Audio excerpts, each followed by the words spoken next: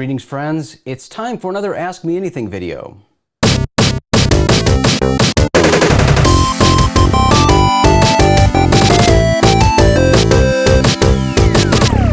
On Twitter, Ryan Sprague from the Somewhere in the Skies podcast asks, do you think that after the Navy's UFO reporting announcement, we will see other military branches doing the same?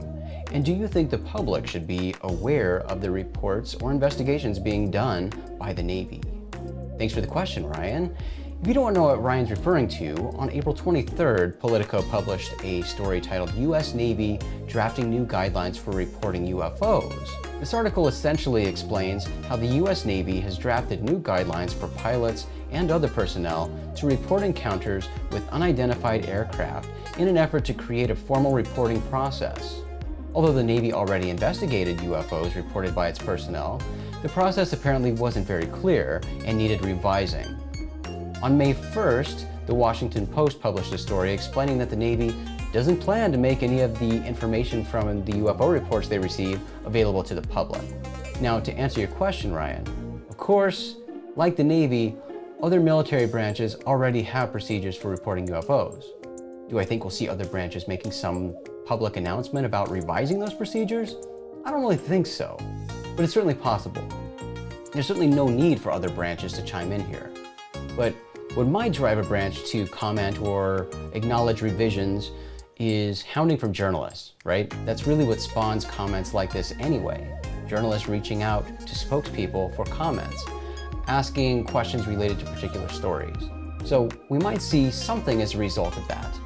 As far as my thoughts on whether the public should be made aware of the Navy's UFO reports, as a UFO geek and someone very much interested in this topic, of course I would love to hear about all the cases reported to and investigated by the Navy. But as a rational and realistic person, I understand that, like any other military investigation and other matters of national security, the general public just isn't and shouldn't be provided with all that information. It sucks, but I get it. On Facebook, Shane Hurd asks, now that a week or two has gone by since the Navy has claimed they are updating UFO reporting procedures, what impact do you think the general public will see? Thanks for the question, Shane. Yeah, there certainly has been a lot of buzz about this story recently, and although that buzz is largely within the UFO community, we've of course seen media outlets all around the world running with this story too. I know it sounds cynical, but I don't really expect this story to really have any lasting impact on the general public. It, like every other news story, will cause its temporary buzz, but then get largely forgotten.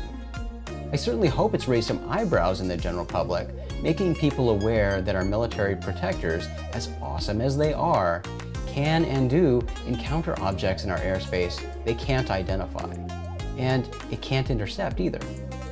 And they certainly aren't all-knowing either. Some people love living under that false sense of security, believing that the military knows anything and everything in our skies, and they can easily eliminate anything that shouldn't be there. But that's just not the case. So my hope, Shane, is that because of the recent story about the Navy updating its UFO reporting procedures, more people in the general public have a better understanding of the reality of today's UFO situation. On Twitter, Majungus the Band asks, where's the best craft beer in LA? Asking for a friend. Awesome. I love beer questions. Okay, so LA has some great beer. Golden Road is great, but my favorite is Modern Times. It's a San Diego-based brewery, but they have a rad spot in downtown LA called the Dankness Dojo. Their beer is amazing, and so is their food. And it's all vegan too, so it's a perfect spot for me.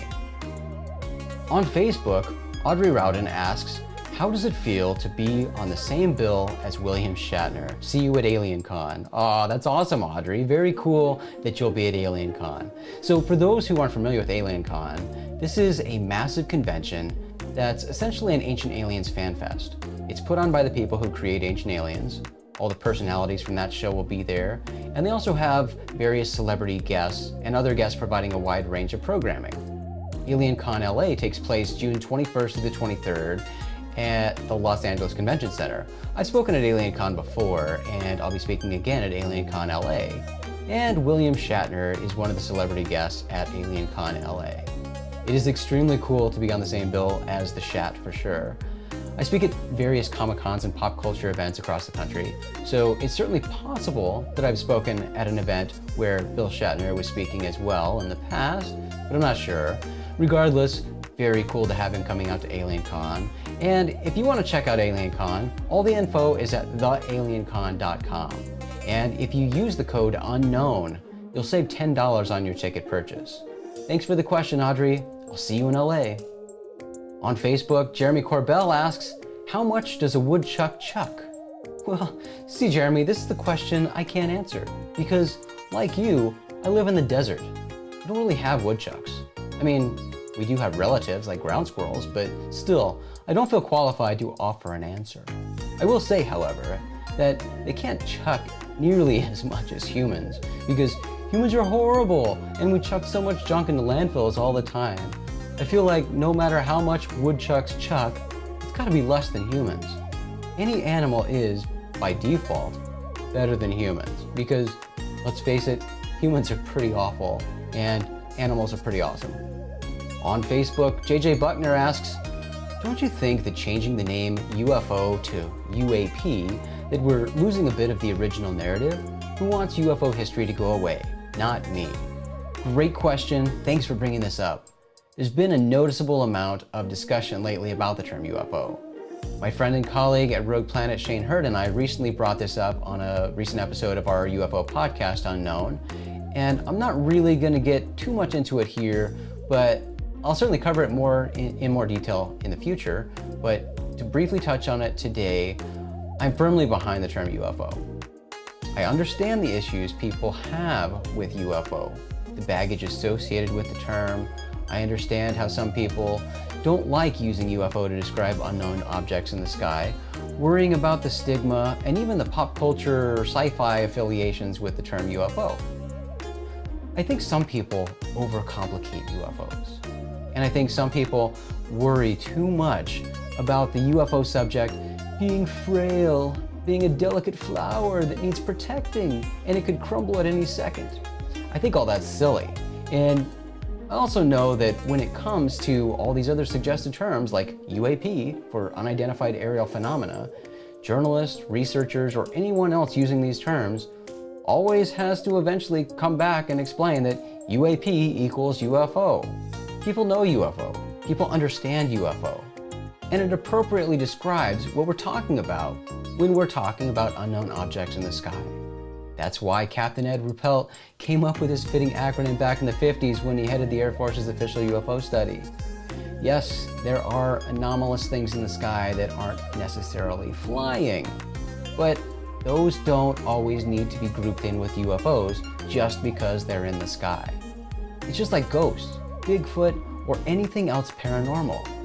We don't need a paranormal catch-all. All strange things in the world aren't related. So let's stop trying to force all strange things in the sky into the same category. When we're talking about UFOs, UFO is the term I've used and it's the term I'll continue using. Thanks so much for all the questions. If you don't already, follow me on Twitter, Facebook, or Instagram so you get your questions in for the next AMA video. Remember to go to thealiencon.com and check out that event. I hope to see you there.